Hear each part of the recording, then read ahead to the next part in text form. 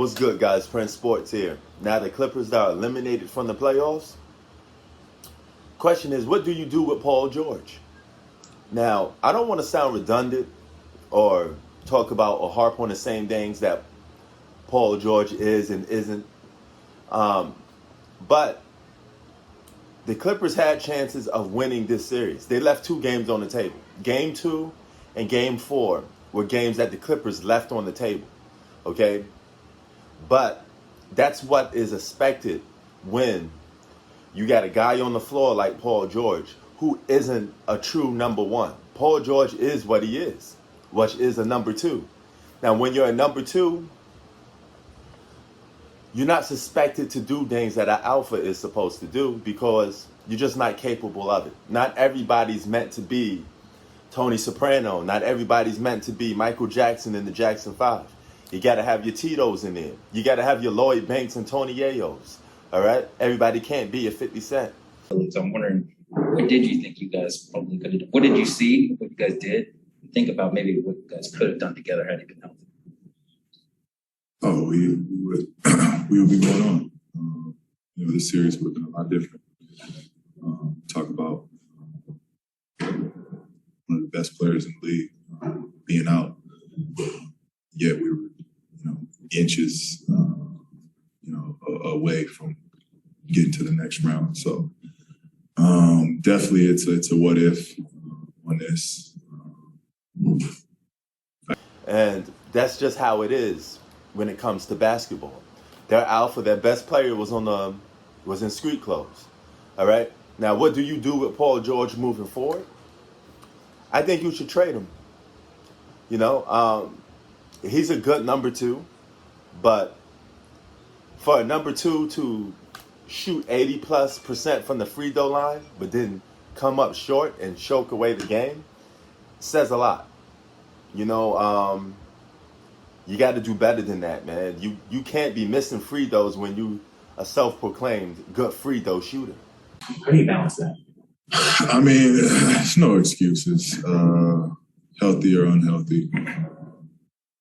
We were literally one possession from each game up to this point. One possession in each one of those games of this series being a lot different.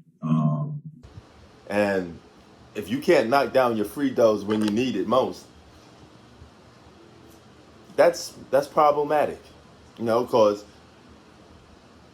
you're going to have to live in the off season knowing that you gave up a lot of games. Now that push Pat Bev did, that was out of hand. I don't know if the league going to penalize this guy going to the next season. I don't know if they're going to, trade him or give him the, we don't want you in the league treatment, because guys like Pat Bev, they don't last too long in the NBA in terms of some of the behavior and some of the things that they do, because the NBA is a very organized league, so to speak. Okay? But back to Paul George. Who could you trade him for? You could trade him in the Eastern Conference and get a lot of good assets for him, But if you're the Clippers moving forward, you want to focus on Kawhi Leonard's health first and foremost. You want to focus on what is actually this guy's situation. Because if you feel like you can't move forward with him and he's your alpha, you're going to have problems. As good as you are, availability is the most important thing that you have to have. You got to be available on the court so people can make assessment of you, and you have to be putting your team in winning positions. And in order to do that, you got to be on the floor playing basketball.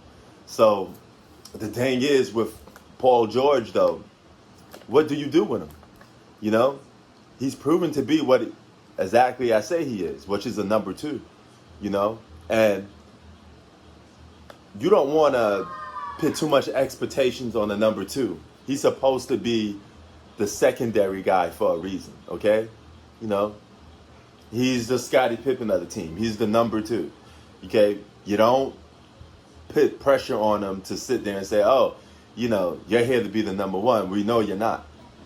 It is what it is in that case. I think last night's game, the Clippers went out trying their very best, but at the same time, Paul George shooting those frantic threes, he was just nowhere to be found, you know. But that's the whole thing about being a number two. You play good one game, but then you disappear the next game. You know, that's what an alpha can't do. You know, an alpha has to be a little more consistent and play at a high level almost every night. You know, Paul George is not that guy to do that. So when you got a guy like that,